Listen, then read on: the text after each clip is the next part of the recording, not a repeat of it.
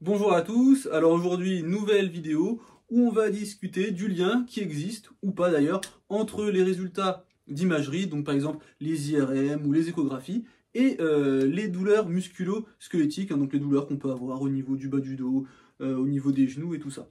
Donc pour ceux qui ont déjà vu ma vidéo sur la hernie discale, vous savez que en ce qui concerne la hernie discale, il n'y a pas forcément de rapport entre les deux. Mais aujourd'hui, on va aller explorer d'autres articulations. Alors, je vais quand même revenir sur le rachis lombaire, mais ensuite, on ira voir donc la hanche, le genou et la cheville. Avant de passer à la suite, juste, cette vidéo, c'est pas pour dire que l'imagerie, ça sert à rien, c'est juste que c'est un examen complémentaire à remettre en perspective avec l'examen clinique. Voilà, donc là, maintenant, on va pouvoir rentrer dans le vif du sujet. Alors là, on va s'attaquer au rachis lombaire. Donc, j'ai fait une infographie à partir d'une étude que je vous avais déjà décrite dans la vidéo précédente, donc je vous l'affiche et je vais vous la décrire. Donc là, en fait, c'est une étude qui a été menée sur 3310 rachis lombaires chez des individus de 20 à 80 ans qui n'ont pas de douleur au dos. Et j'ai pris trois paramètres différents, donc la dégénérescence discale, donc qui va toucher le disque intervertébral, la facétaire, donc ce qu'on va dire, on va dire l'arthrose lombaire, et le spondylolisthésis, donc qui est, pour faire simple, ça va être le glissement d'une vertèbre par rapport à une autre. Et donc là, on voit par exemple dans les atteintes discales que chez les sujets qui ont 20 ans, on va en retrouver donc chez presque 40% de ces personnes-là. Et on va voir que le pourcentage de personnes touchées par ces dégénérescences discales va augmenter en fonction de l'âge.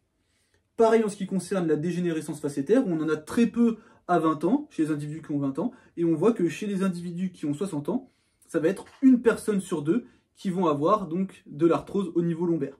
Et après, on a aussi donc, le même cas au niveau du spondylolisthésis, donc très peu à 20 ans, et puis plus on augmente en âge, et plus on va en avoir. Donc là, on voit qu'on peut avoir plusieurs atteintes différentes au niveau anatomique chez des personnes qui n'ont pas de douleur.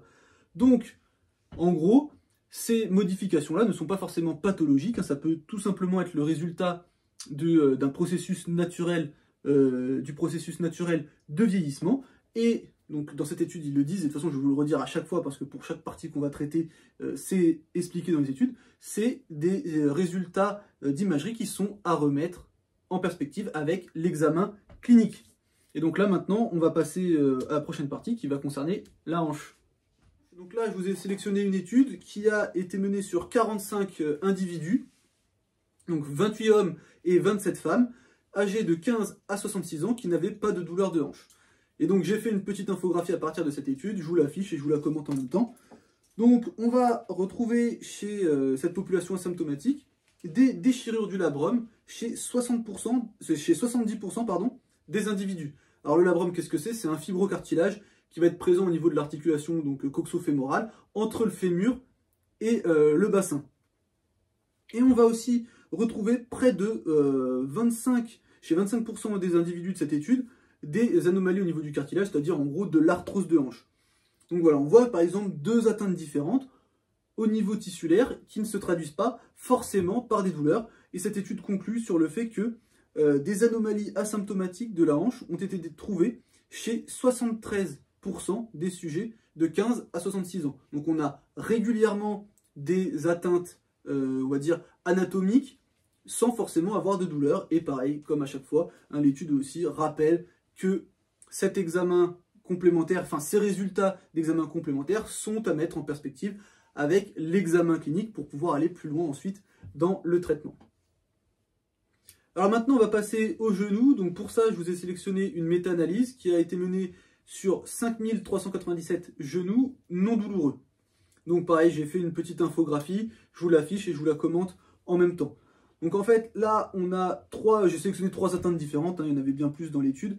Donc des anomalies cartilagineuses, donc, qui vont se rapprocher à de l'arthrose, des déchirures méniscales, donc atteinte des ménisques, et des ostéophytes, pareil, qui sont des excroissances osseuses qu'on retrouve en général dans le cadre de l'arthrose. Et donc je vous ai mis deux couleurs, le bleu c'est pour les individus qui ont moins de 40 ans, et l'orange c'est pour les individus qui ont plus de 40 ans. Pourquoi? Parce qu'en fait dans l'étude, ils expliquent en gros que c'est passé 40 ans qu'on va avoir là le plus grand nombre d'un seul coup, la plus grande augmentation d'atteintes anatomiques à l'IRM. Et donc en fait on voit par exemple que au niveau des anomalies cartilagineuses, si on prend les individus qui ont moins de 40 ans, bah, ça va concerner un peu plus de 10% des individus.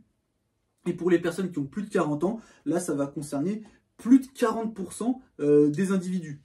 En ce qui concerne les déchirures méniscales, bah, moins de 40 ans, on est sur 5% à peu près, et les plus de 40 ans, on va s'approcher des 20%. Et cette étude, elle conclut aussi donc sur le fait que la prévalence des caractéristiques de l'arthrose du genou à l'IRM dans des genoux asymptomatiques s'élève à 43% chez les adultes âgés de plus de 40 ans. Donc on retrouve des marqueurs de l'arthrose chez 43% des personnes qui ont plus de 40 ans. Voilà. Donc ça concerne quand même pas mal de monde au niveau du genou. Et là, on va passer à la dernière partie, donc la cheville. Donc là, j'ai compilé 3 études pour vous parler de 3 atteintes différentes qu'on peut retrouver chez des personnes qui n'ont pas de douleur à la cheville. Donc, bah, je vous affiche l'infographie et puis je vous la commente en même temps. Donc, on va retrouver des atteintes du ligament talofibulaire chez 30% des individus.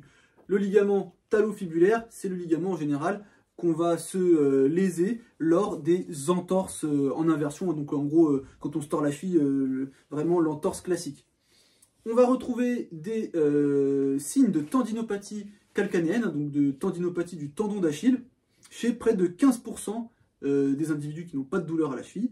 Et on va retrouver des lésions ostéochondrales du dôme du talus chez, pareil, à peu près 15% des personnes qui n'ont pas de douleur à la cheville. Donc le dôme les lésions ostéochondrales du dôme du talus, c'est juste pour dire que ça va être des lésions osseuses ou cartilagineuses présentes au niveau du talus, hein, qui est un os de la cheville. Voilà. Donc, on voit qu'on a, pour le rachis lombaire, la hanche, le genou et la cheville, des atteintes anatomiques qui ne sont pas forcément corrélées aux douleurs. Alors, du coup, maintenant, qu'est-ce qu'on fait avec toutes ces données? On va avoir 2 cas de figure. Si vous êtes un professionnel de santé, vous savez maintenant, ou vous savez peut-être déjà avant, que vous ne pouvez pas vous fier aux résultats, vous fier à 100% aux résultats d'imagerie de votre patient pour identifier sa douleur, la source de sa douleur, et proposer un traitement. Donc, vous allez devoir faire un examen clinique rigoureux. Deuxième cas de figure, si vous-même vous souffrez de douleur, vous savez maintenant que les réponses à vos questions ne seront pas forcément dans les résultats de vos imageries. Et du coup, il vous faudra amener à consulter quelqu'un, surtout si vos douleurs persistent pendant un certain moment. Et une autre chose importante, c'est que on peut avoir des fois des patients qui veulent suivre aussi l'évolution, par exemple, de leur hernie discale régulièrement avec des IRM pour voir si on a une amélioration ou pas de la hernie. Et ça, pareil, ça n'a pas trop d'intérêt parce qu'en fait, on ne va pas avoir forcément de lien entre l'amélioration à l'imagerie et l'amélioration de la douleur ou de la fonction. On peut avoir une imagerie qui reste la même et avoir moins de douleur ou avoir une meilleure fonction. Voilà. Donc pour aujourd'hui, on va s'arrêter là. C'était la partie 1, je ferai une partie 2 qui concernera donc le rachis cervical et les épaules. Pour ceux qui veulent les références scientifiques, elles sont dans l'article que je vous mets en description. Et on se dit à la prochaine. Salut!